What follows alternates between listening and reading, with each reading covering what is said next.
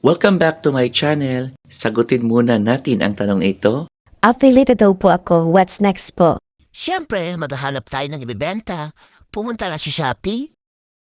Maganda na ang produkto na ating ibebenta ay merong mga features. Pero kung wala ka pa noon o hindi ka pa nakagawa, maganapan tayo sa Shopee. Click this one.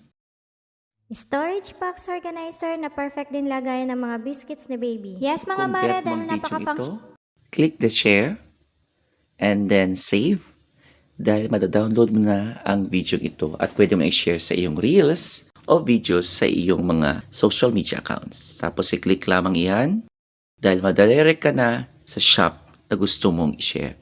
Click that arrow, then makikita mo kung ilang porsyento ang makukuha mong komisyon. Then click the copy link, then go back, then go to your main account, click the me, go to your affiliate program, then account, convert the custom link, then paste, then convert, then share to earn, and copy the link.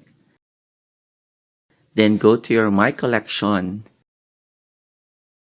add to collection, categories, then i-click mo lang yan, select where the item belongs, then confirm and save.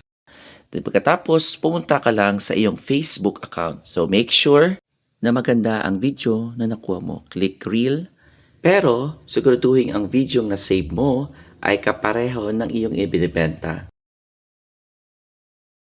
Storage box organizer Kung na okay perfect na, din lagayan click ng mga next. biscuits. Then, type the caption.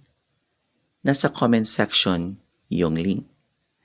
Then, kung tapos na, click share now. Pero tandaan ha, huwag mong kakalimutan na ilagay yung Box. link sa comment section talaga. Subscribe for more tips.